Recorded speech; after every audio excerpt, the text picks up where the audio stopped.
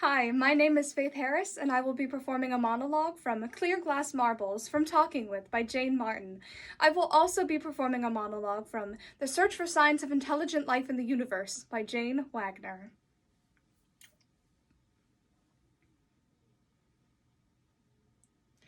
The day my mother found out she was dying, she asked me to go out and buy her these clear glass marbles. Dad and I hadn't even known she was ill, which was nothing new. Whenever you asked my mother if she was ill, she would throw things at you. Sesame buns, the editorial page, a handful of hair ribbons. Do not, she would say, suggest things to suggestible people. Anyway, I bought her the marbles, and she counted 90 of them out and put them in this old cut glass bowl, which had been the sum total of Great Helena's estate. And all day, every day, she would hold one of these in her hand. Why? She said it made the day longer. Then we'd all turn in, and in a little while, just before I'd drift off, I'd hear this drop. It happened every night. After the third or fourth day, I saw one on the floor and started to pick it up, but she said, "Leave it?" I asked how come. She said she was learning to let go of them. Later on, when it started getting hard, she told my dad and me that she would like to spend more time alone. I'm afraid, she said, that I'm going to have to do this more or less by myself.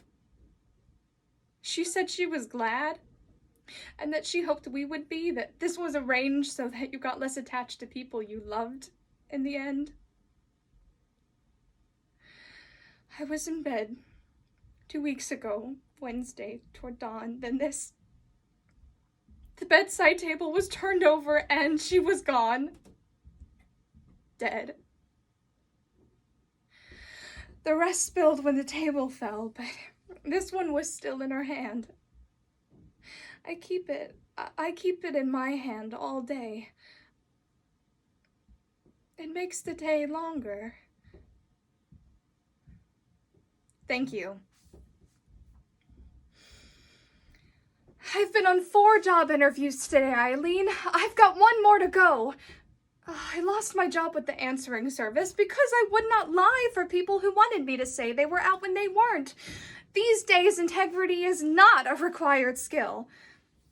This may sound like a cop-out, but some of my job problems are not my fault. I'm dyslexic, they tell me. I can't type, file, or spell well.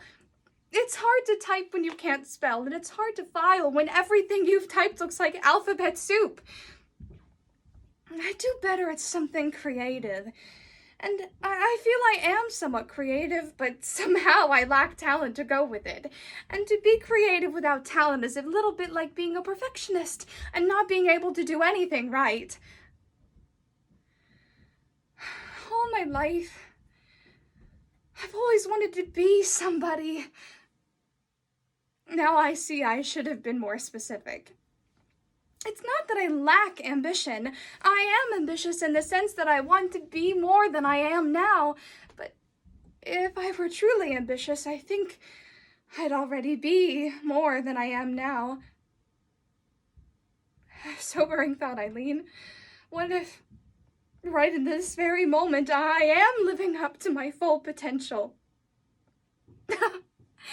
I've about reached the conclusion if I'm ever going to make something of my life, it's not going to be through work. It's going to be through personal growth stuff. Thank you.